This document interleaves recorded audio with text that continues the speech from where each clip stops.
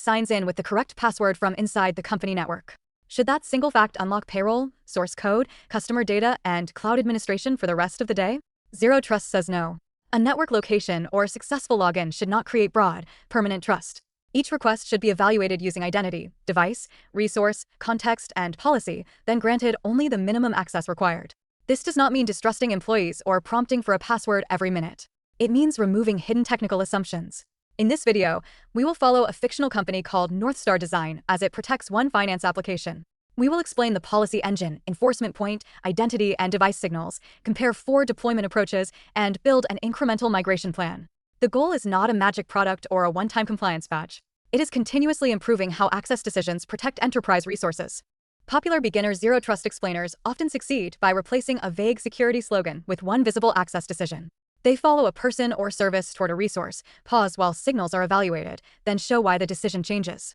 They also compare architectures with simple lanes instead of vendor feature lists. We will adapt those general teaching techniques only. The script, Northstar example, diagrams, artwork, thumbnail, branding, and scene composition are original to CipherVibe. Here is the memorable analogy. Traditional perimeter security is often described as a castle with a strong wall and a trusted interior. Zero Trust is closer to an airport. Passing the front entrance does not let you enter every gate, cockpit, baggage room, or control tower. Your identity, boarding pass, destination, time, and screening status determine the specific area you can reach. The airport still has walls.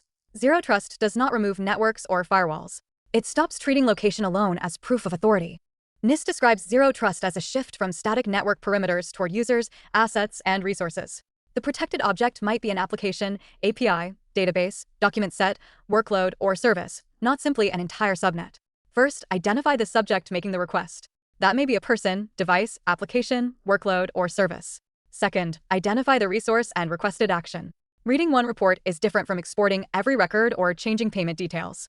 Third, evaluate current evidence, authenticated identity, role, device health, software status, resource sensitivity, time, location, observed behavior, threat information, and previous session risk. Not every system will use every signal. Fourth, enforce a least privilege decision for that request. Access can be allowed, denied, limited, stepped up with stronger verification, or ended when conditions change. Continuous evaluation does not require constantly interrupting the user. Many checks can happen silently while policy responds when risk materially changes.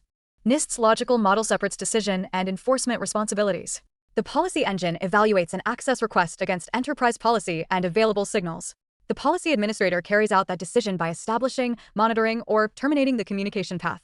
The policy enforcement point sits between the subject and resource, enabling, restricting, and monitoring the connection. Supporting systems provide evidence, identity services, endpoint management, asset inventory, vulnerability information, security analytics, data classification, threat intelligence, and activity logs. The resource also needs a known owner and protection requirement. Imagine a request to open Northstar's finance portal. Identity confirms the employee and role. Device management reports that the laptop is enrolled, encrypted, and current. The data catalog marks the portal as sensitive. Analytics reports no unusual session behavior. Policy allows a limited session through the enforcement point. If the device later becomes non-compliant or the session risk rises, policy can require stronger verification, restrict an operation, or terminate access. Enhanced identity governance strengthens identity lifecycle, roles, authentication, authorization, and conditional access. It is a practical foundation when identity is inconsistent or permissions have accumulated. Identity alone does not provide complete workload or data protection. A software-defined perimeter hides or limits resource reachability until an authorized connection is established.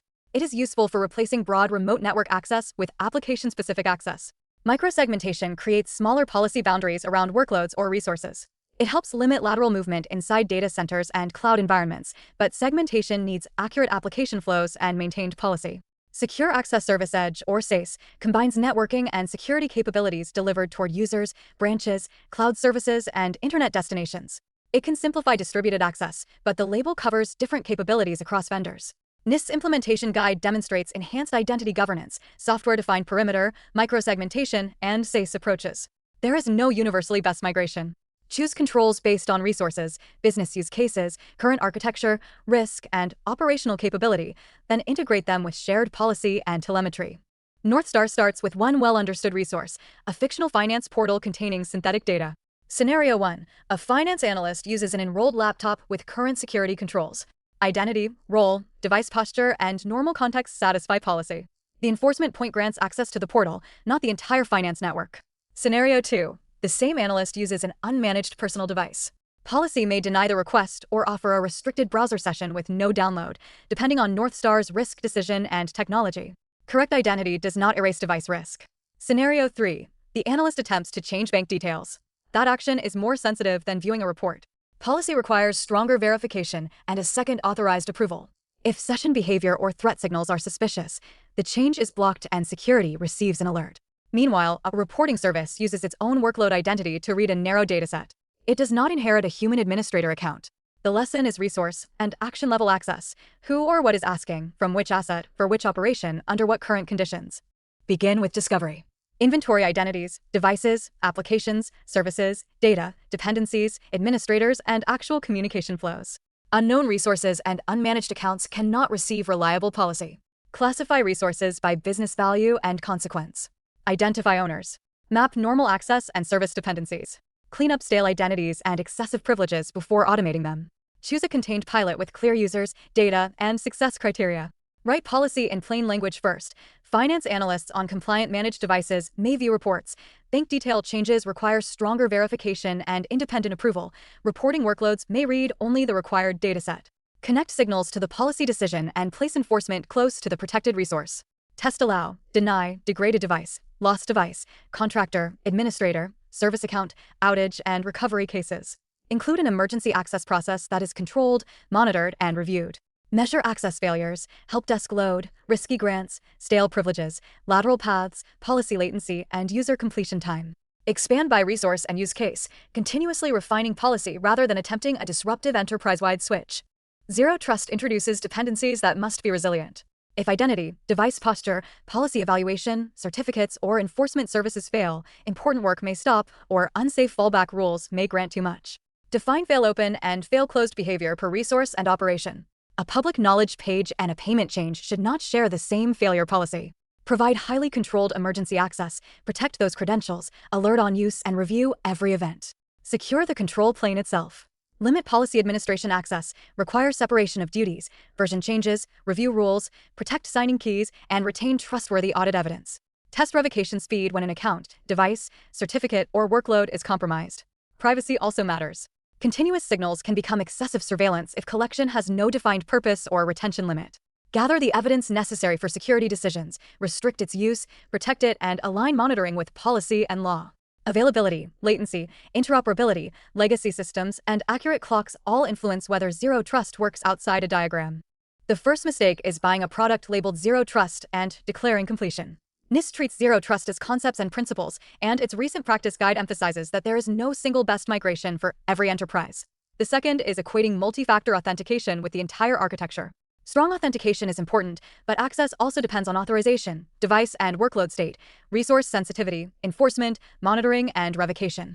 Other mistakes include placing every user behind one gateway while leaving broad network permissions unchanged, writing policy before discovering application flows, copying stale directory groups into new controls, trusting managed devices indefinitely, ignoring service-to-service identities, creating permanent exceptions for legacy systems, collecting telemetry without acting on it, and making policy so strict that employees build shadow workflows. Avoid vendor lock-in where interoperability is required. Test policy conflicts and enforcement gaps. Protect administrative paths and the Zero Trust control plane. Most importantly, do not promise prevention of every breach. Zero Trust aims to reduce implicit trust, constrain access, improve visibility, and limit movement and impact. Here is the beginner checklist. Inventory identities, devices, workloads, applications, data, and real communication flows. Identify the resource and action being protected. Remove stale access and assign owners. Authenticate the subject, evaluate relevant device and context signals, and authorize the smallest useful privilege. Use a policy engine for decisions, an administrator function to establish or end access, and enforcement points close to resources. Choose identity governance, software-defined perimeter, microsegmentation, SASE, or a combination based on the actual use case. Pilot one resource, write testable policies, include service identities, measure outcomes, and expand incrementally. Design for outages, revocation, emergency access, privacy, and legacy systems. Monitor decisions and behavior, investigate anomalies, and improve policy as business and threats change. Remember the airport. Reaching the terminal does not authorize every gate. A valid identity is only one part of a specific, current access decision. Zero trust is not constant suspicion of people. It is disciplined removal of implicit technical trust, so one credential, device, or network foothold does not unlock the enterprise. Copyright 2026 CipherVibe. All rights reserved.